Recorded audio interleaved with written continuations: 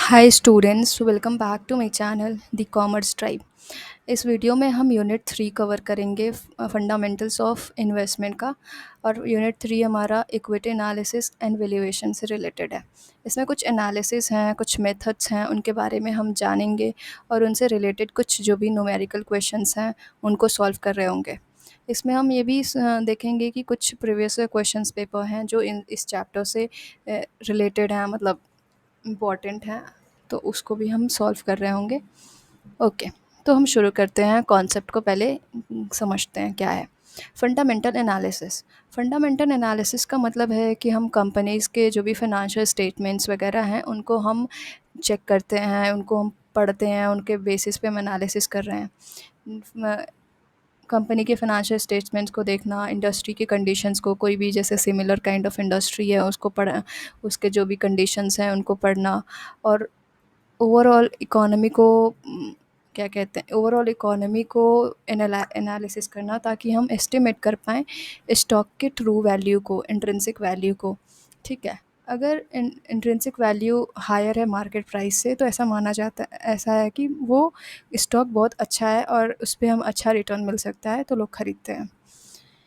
इसमें क्या क्या की कंपोनेंट्स हैं। Economic analysis. इकोनॉमिक एनालिसिस का मतलब है कि हम किसी भी एनालिसिस को एक ब्रॉडर पिक्चर की पे लेके कर रहे हैं। मतलब हम एक कंपनी की एनालिसिस ना करके हम इकोनॉमी की एनालिसिस कर रहे हैं। इकोनॉमी की जीडीपी रेट को देख रहे हैं, इन्फ्लेशन रेट को देख रहे हैं, इंटरेस्ट रेट को देख रहे हैं कि अगर इकोनॉमी अच्छी कर रही है, अगर इकोनॉमी स्ट्रॉन्ग है, इसका मतलब है कि जो भी वहाँ की कंपनीज़ हैं वो बेहतर कर रही होंगी।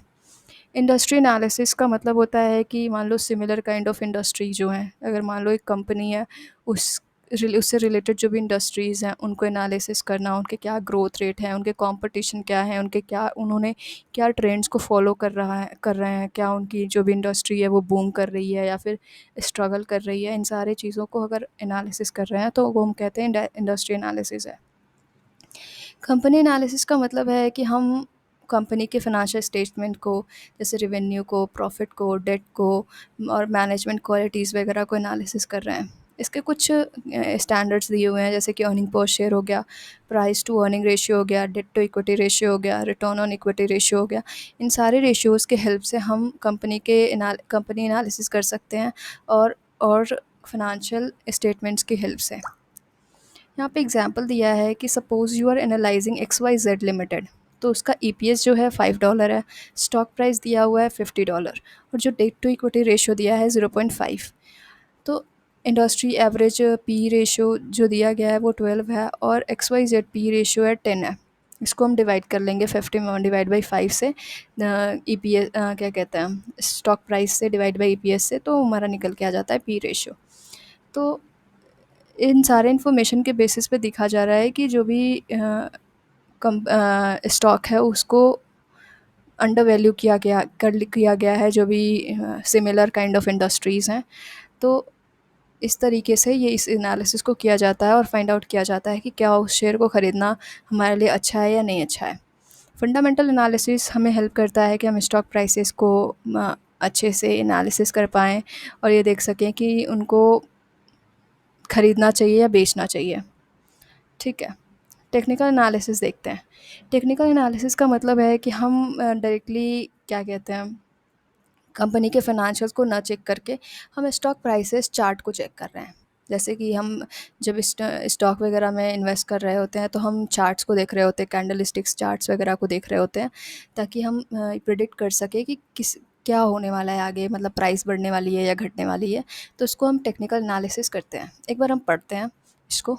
Technical analysis is like studying a stock price chart to predict future price movements.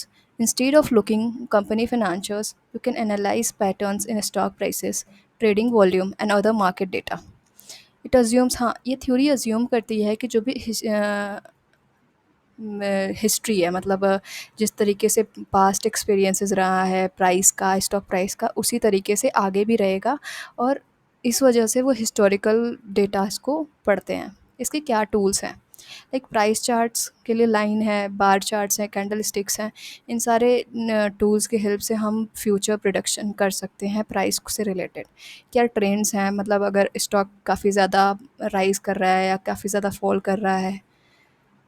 तो इन सारी चीज़ों को देखेंगे। कुछ इंडिकेटर्स और हैं लाइक मूविंग एवरेजेस, क्या वो स्टॉक है वो एक एवरेज के बीच में मूव कर रहा है या काफ़ी ज़्यादा हाई चला जा रहा है या फिर काफ़ी ज़्यादा नीचे चला जा रहा है, क्या उस पे ज़्यादा सपोर्ट देखने को मिल रहा है, लाइक मतलब एक लिमिट तक ही नीचे जा रहा है और एक लिमिट तक ही ऊपर जा रहा है। इन सारी चीज़ों को हम देखते हैं। एग्जाम्पल यहाँ पे है, imagine ABC limited stock is 100, it's 50 day moving average is 95। जो 50 दिनों का जो एवरेज है वो 95 है, मतलब ज़्यादा डिफरेंस नहीं देखने को मिल रहा है और price just crossed it suggesting the up trend. The RSI is 60 and indicating neither overbought nor oversold। तो जो भी इस तरीके का ये हमने जो पढ़ा मूविंग एवरेजेस हो गया, एवरेजेस उनसे रिलेटेड ये सारे इन्फॉर्मेशंस दिए हुए हैं। तो इस तरीके से अब हम देखते हैं कि एफिशिएंट मार्केट हाइपोथेसिस क्या होता है। ये एक फ़ाइनेंशियल थ्योरी है और एक आपके एग्ज़ाम पॉइंट ऑफ व्यू से काफ़ी इंपॉर्टेंट हो जाता है। इससे क्वेश्चन बनने के चांसेस हो मतलब 100% होते हैं। तो आप एक बार इसको अच्छे से पढ़ के जाना। इसके फॉर्म्स होते हैं, 3 फॉर्म्स होते हैं, उनके बारे में पूछा जा सकता है क्या और क्या इम्प्लीकेशंस होते हैं, उसके बारे में पूछा जा सकता है। तो अब देखते हैं एफिशिएंट मार्केट हाइपोथेसिस क्या होता है। ये एक फ़ाइनेंशियल थ्योरी है। ये बताती है कि जो भी प्राइसेस हैं, स्टॉक के प्राइसेस हैं, वो सारे इन्फॉर्मेशन दे देते हैं कंपनीज़ के बारे में। It's a financial theory that suggests that financial markets are informationally efficient, meaning that prices reflect all information available information at a given period of time। और किसी भी तरीके का मार्केट में कोई भी चेंजेस आ रहे हैं तो वो भी कंपनी में चेंजेस आ रहे हैं तो उन सारे चेंजेस की वजह से प्राइस पे इम्पैक्ट दिखता है। मतलब अगर हम प्राइस को अच्छे से रीड कर लें तो हम कंपनी को अच्छे से रीड कर पा रहे हैं। स्टॉक प्राइस की बात कर रहे हैं यहाँ पे।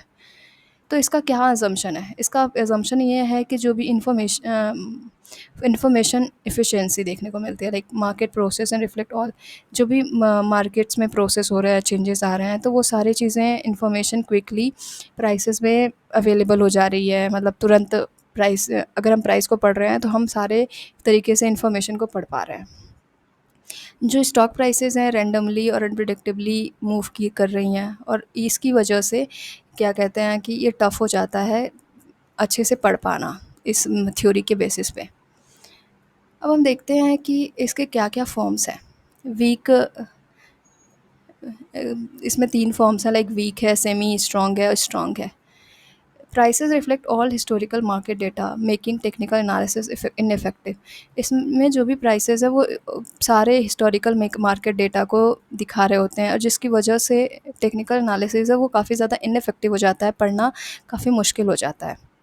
सेमी स्ट्रॉन्ग वाले केस में जो भी प्राइसेस हैं पब्लिकली अवेलेबल इन्फॉर्मेशन को रिफ्लेक्ट करते हैं। मतलब क्या पब्लिकली इन्फॉर्मेशन है, लाइक मार्केट की बात अगर कर रहे हैं हम तो पब्लिकली जो भी कंपनी के डेटा हैं एक तरीके से जो पब्लिकली अवेलेबल कराए गए हैं पब्लिक के लिए कि उनके बेसिस पे वो डिसीजन मेकिंग कर लें कि ख़रीदना है शेयर को कि नहीं ख़रीदना है।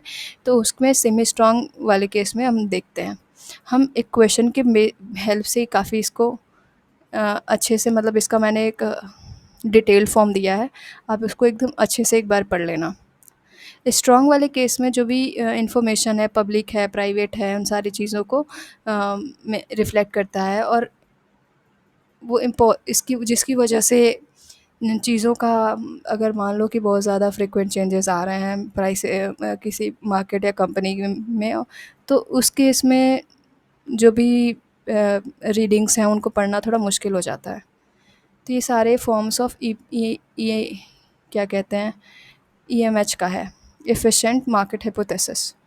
इसके क्या इम्प्लीकेशंस हैं? No excess returns, it is impossible to consistently achieve returns to excess of the markets average. अगर मार्केट्स के एवरेज के बारे में हमें सारे इन्फॉर्मेशन है और सारे चैलेंजेस को देखते हुए, मतलब ये हो इम्पॉसिबल हो जाता है कि हम एक कंसिस्टेंट या एक कंटिन्यूअस बेसिस पे ग्रोथ रेट बना के चला सकें।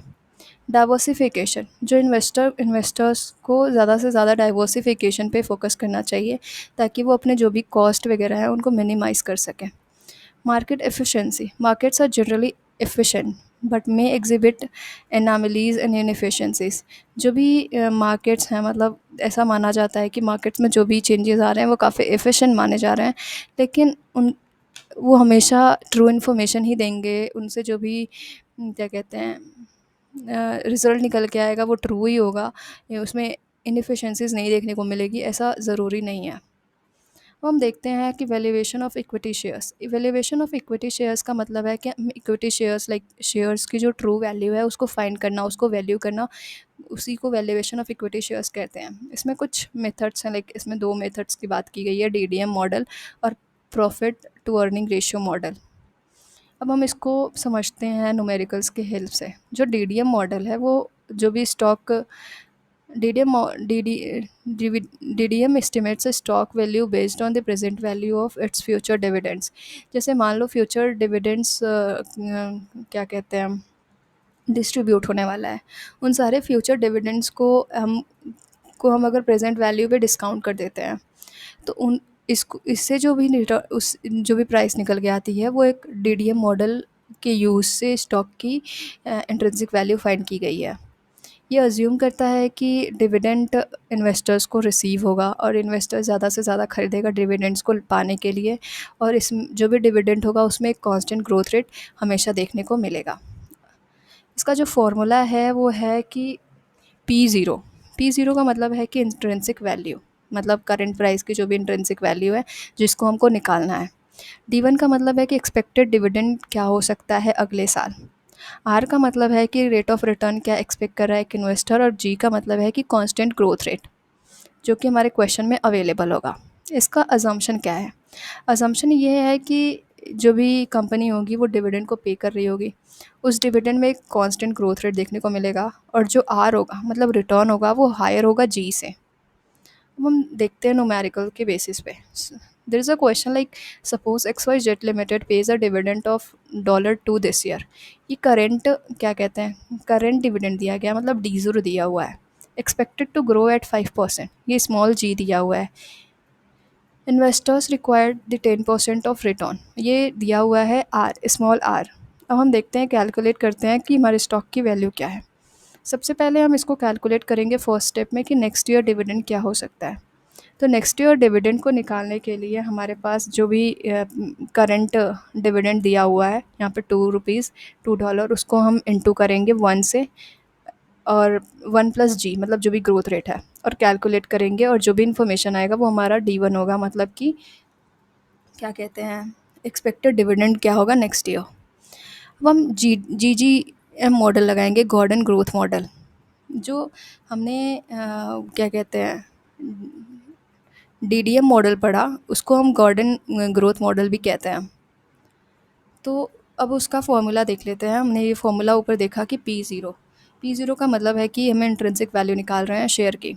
D1 का मतलब है कि एक्सपेक्टेड डिविडेंड नेक्स्ट ईयर क्या हो सकता है, जो कि हमने ये कैलकुलेट किया यहाँ पे 2.10, और स्मॉल आर का मतलब रिटर्न क्या होगा, और जी का मतलब ग्रोथ क्या होगा।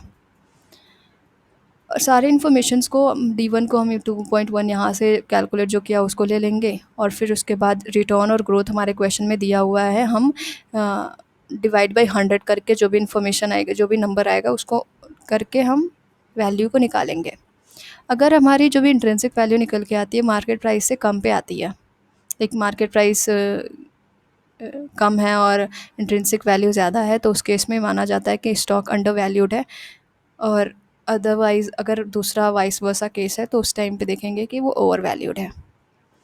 अब हम देखते हैं इसमें लिमिटेशन क्या देखने को मिली। अगर ये उन कंपनीज़ के लिए सूटेबल नहीं है जो डिविडेंड को नहीं पे करते हैं, जिनके डिविडेंड में कांस्टेंट ग्रोथ रेट नहीं देखने को मिलता है, और जिसमें जो हमने देखा था कि आर एक हायर होना चाहिए जी से, तो अगर उसका जो उल्टा केस है तो उस केस में नहीं होता है।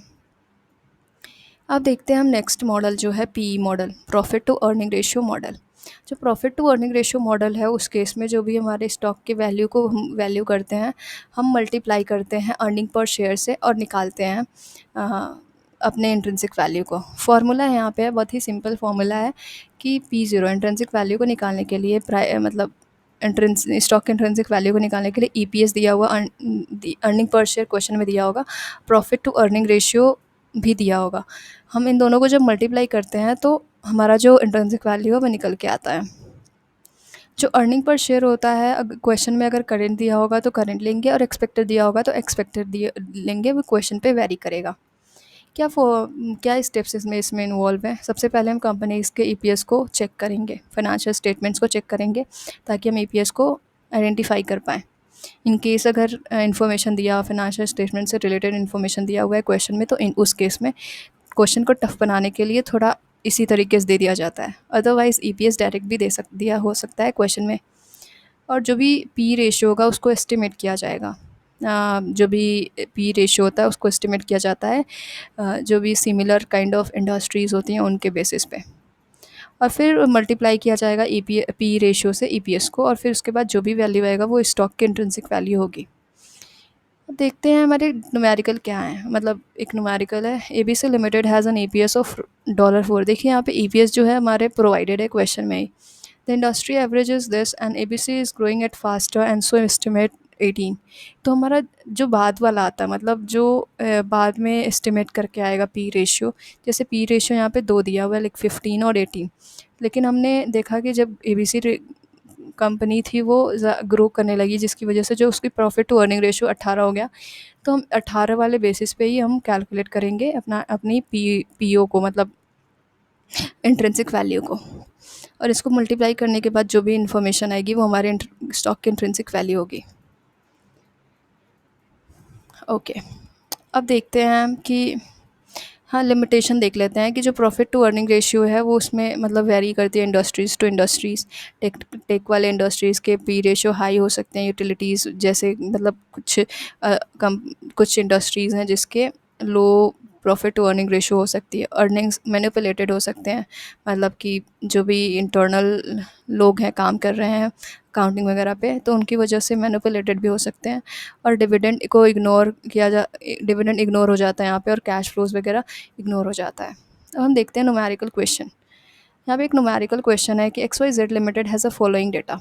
करेंट डिविडेंड का मतलब है कि जो हमारा डी ओ दिया गया है, ग्रोथ रेट मतलब स्मॉल जी, रिक्वायर्ड रिटर्न मतलब स्मॉल आर, ईपीएस का मतलब है कि अर्निंग पर शेयर, ये हमारे क्वेश्चन में ऐसे डायरेक्टली दिया है यहाँ पे भी।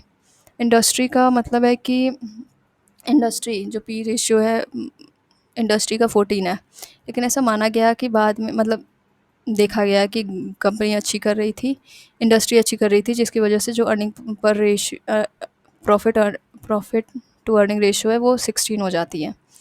तो हम इसको 16 वाले को लेके चलेंगे। करंट मार्केट प्राइस जो भी है वो 60 है, मतलब करंट मार्केट प्राइस का। हाँ, अब हम देखते हैं कि कैलकुलेट क्या करना है। डीडीएम मॉडल से हमें कोई स्टॉक वैल्यू की इंट्रिंसिक वैल्यू को फाइंड आउट करना है। पी मॉडल के हेल्प से इंट्रिंसिक वैल्यू को फाइंड करना है, और ये आइडेंटिफाई करना है, डिसीजन मेकिंग करना है कि स्टॉक को ओवर वैल्यूड किया गया है, अंडर वैल्यूड किया गया है। तो लाइक हम देखते हैं, स्टेप वाइज देखेंगे। ठीक है, डीडीएम को देखते हैं। पहले डीडीएम को निकालते हैं हम। तो डी1 जो कि हमारा करंट मतलब एक्सपेक्टेड रिटर्न क्या हो सकता है, उसको निकालने के लिए हम जो भी करंट डिविडेंड है क्वेश्चन में दिया हुआ था, आप देख सकते हो एक बार, लाइक 3 दिया हुआ है लाइक करंट डिविडेंड, तो उसको हम करेंगे इनटू 1, ये तो कांस्टेंट रहता है, प्लस जी मतलब जो भी ग्रोथ रेट है। और ये जो निकल के आ रहा है, ये हमारा निकल के आ रहा है कि एक्सपेक्टेड डिविडेंड नेक्स्ट ईयर क्या होगा। इंट्रिंसिक वैल्यू निकालने के लिए हमें एक्सपेक्टेड डिविडेंड की ज़रूरत होती है। अगर क्वेश्चन में दिया है तो ये डी1 फर्स्ट वाला जो प्रोसेस है उसको नहीं निकालना पड़ता है, डायरेक्टली हमको पीओ निकालते हैं। तो डी1 अगर नहीं दिया है यहाँ पे तो हमने कैलकुलेट कर लिया, और फिर जो भी इन्फॉर्मेशन आए, मतलब 3.18 आया, हम डी1 की जगह पे रखेंगे, और फिर 1 क्या कहते हैं ये आर रिटर्न, और रिटर्न माइनस जी ग्रोथ रेट जो भी था, ये आप देख सकते हो एक बार, लाइक 12 रिटर्न था और जी क्या था 6%। ओके, 100 से डिवाइड करने के बाद हम इसको कर देंगे, और जो भी कैलकुलेट करके आएगा वो इंट्रिंसिक वैल्यू होगा। पीवी मॉडल हमने देखा कि ईपीएस से इनटू कर देते हैं प्रॉफिट टू अर्निंग रेशियो को, और हमारा पीओ आ जाता है। तो जो हमारा इंट्रिंसिक वैल्यू निकल के आ रहा है डीडीएम और पी मॉडल से डिफरेंट आ रहा है, तो ये डिफरेंट वेरी करता है कि कौन सी कंपनी किस मॉडल पे ज़्यादा ट्रस्ट करती है, उन पे डिपेंड करता है। ठीक है। अगर हम इन दोनों के बेसिस पे अगर वैल्यू करें कि देख रहे हैं कि जो भी डीडीएम मॉडल से अगर देखें तो मार्केट प्राइस से हमारा जो इंट्रिंसिक वैल्यू है कम आया है, तो वो ओवर वैल्यूड किया गया है स्टॉक प्राइस को। पी मॉडल के हिसाब से देखा जाए तो 80 आ रहा है, मतलब वो हायर है मार्केट प्राइस से, तो उसको अंडर वैल्यूड किया गया है। ठीक है। अब हम देखते हैं नेक्स्ट जो भी मॉडल है डी हाँ ठीक है। डीडीएम मॉडल और फंडामेंटल एनालिसिस के बारे में हमने पढ़ लिया अच्छे से, सब कुछ हमने कवर कर लिया। अब हम इससे रिलेटेड हम कुछ क्वेश्चन देखते हैं। सेम ही नेचर के क्वेश्चंस हैं, आप एक बार पढ़ना भी चाहो तो पढ़ सकते हो, पर एक बार मैं कर ही देती हूँ जल्दी से। ABC limited is a stable company जिसको डिविडेंड पे कर रही है $4 पर शेयर। ठीक है। डिविडेंड है जो है एक्सपेक्टेड ग्रोथ रेट है 4%, और जो इन्वेस्टर्स रिटर्न है 11% है, और कंपनी का ईपीएस इतना है और करेंट प्राइस इतना है। ठीक है। बोला गया है कि इंट्रिंसिक वैल्यू को डीडीएम मॉडल से कैलकुलेट किया जाए, पी मॉडल से कैलकुलेट किया जाए, और बेस्ड ऑन बोथ मॉडल्स ये डिटरमाइन किया जाए कि ओवर वैल्यूड है या अंडर वैल्यूड है, और एक्सप्लेन किया जाए फंडामेंटल एनालिसिस को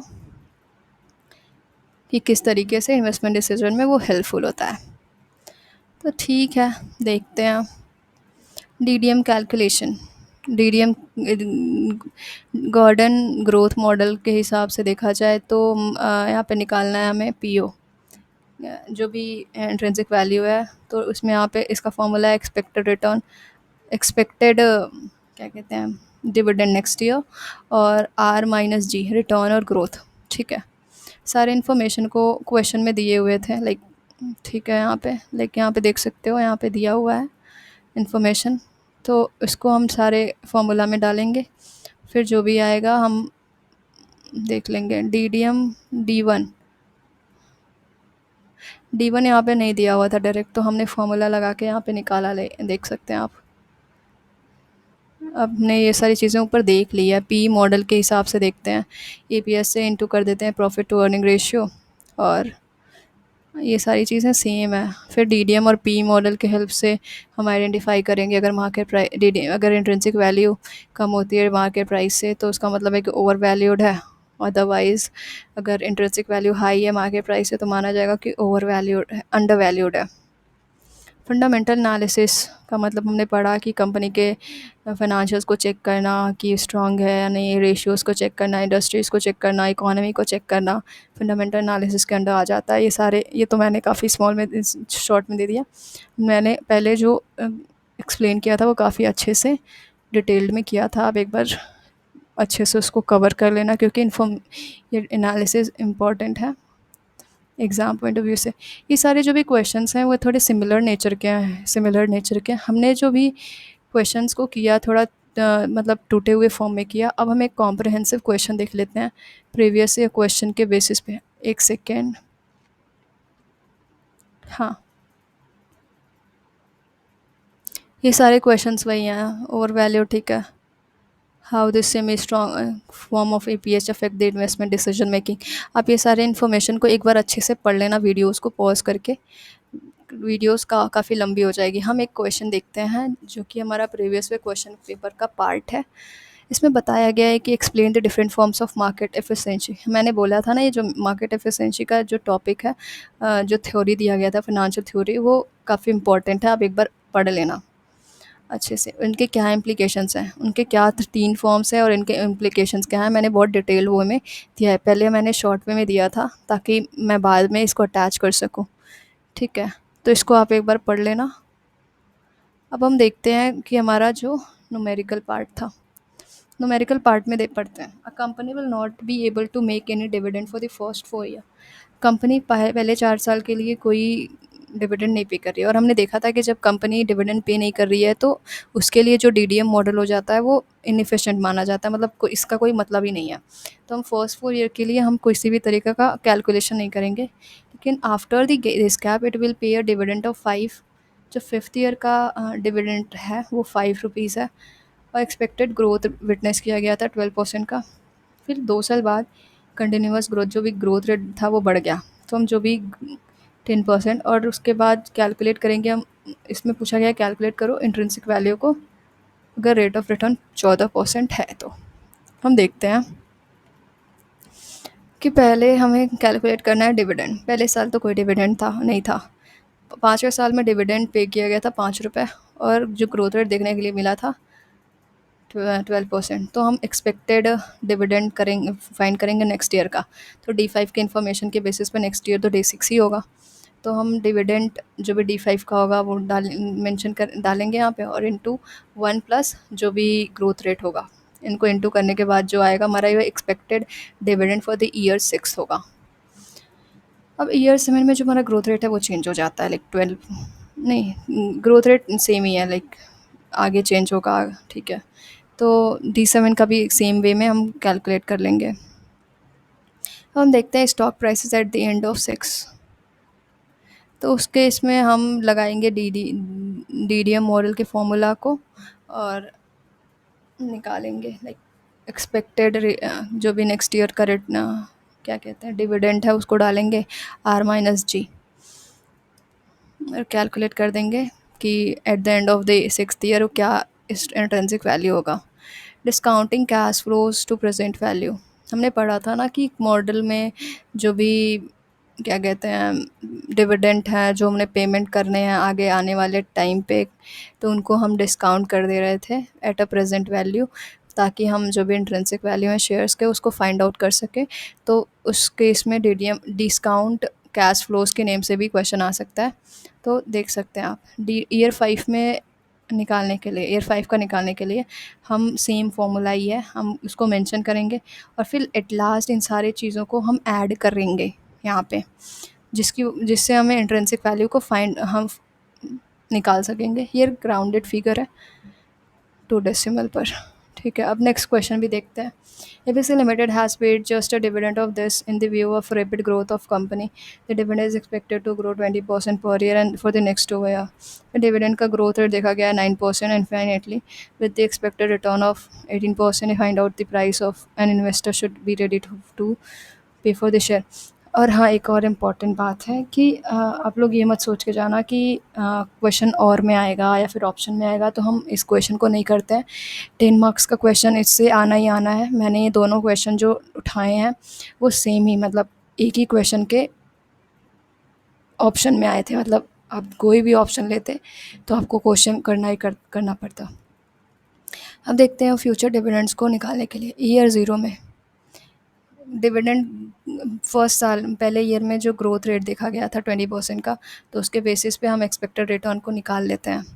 फिर 20 डिविडेंड ग्रोथ हमारा 20% देखा गया, तो उस नेक्स्ट ईयर D2 मतलब कि जो हम D3 के लिए हम निकाल रहे हैं वो हम निकाल लेंगे इधर। ये सारे प्रोसेस सेम ही हैं, लाइक चीज़ें रिपीट हो रही हैं। फिर यहाँ पे stock prices eight the end of using GGM model को हम कैलकुलेट करेंगे। एक बार आप ये सारी चीज़ें पढ़ लो, लाइक, और इस यहाँ पे ये वीडियो कंप्लीट होती है। और हमारा जो यूनिट था, क्या कहते हैं, यूनिट 3 वैल्यूएशन ऑफ इक्विटी और एनालिसिस से रिलेटेड, वो बहुत ही डिटेल वे में कंप्लीट होता है। और न्यूमेरिकल्स को आप अच्छे से करके जाना, क्योंकि जो यहाँ इस चैप्टर से न्यूमेरिकल का पोर्शन होगा वो शायद ज़्यादा होगा, लाइक 10 मार्क्स का हो सकता है, या फिर हाँ 9 भी हो सकता है। लेकिन इन केस मैंने अभी जो भी देखा प्रीवियस में क्वेश्चन पेपर, तो उसमें ऐसे दिया था कि जो भी थ्योरी से रिलेटेड क्वेश्चन थे वो 5 नंबर के थे। और आप इसमें देख भी सकते हो, लाइक मैंने मेंशन की, मैंने जो फ़ोटो लगाया है मैं इसी वजह से अटैच की थी कि आप लोग देख पाओ। लाइक देखो इधर 5 नंबर का दिया था, ये तो NEP का नहीं है पेपर, CBCS का है, लेकिन क्वेश्चन तो इसी तरीके से आते हैं। तो आप, हाँ, और एक बात और कि अगर आपको ये नोट्स की ज़रूरत होगी तो आप मेरे को इंस्टाग्राम पे DM कर सकते हो, और वहाँ से आप परचेज़ कर सकते हो। ये सारे न्यूमेरिकल्स आपको इंक्लूडेड मिल जाएंगे नोट्स में। सो गाइज़, आप मेरे वीडियोस को लाइक करो और चैनल को सब्सक्राइब कर दो। Thank you for watching my video. That's all for this video. Bye bye.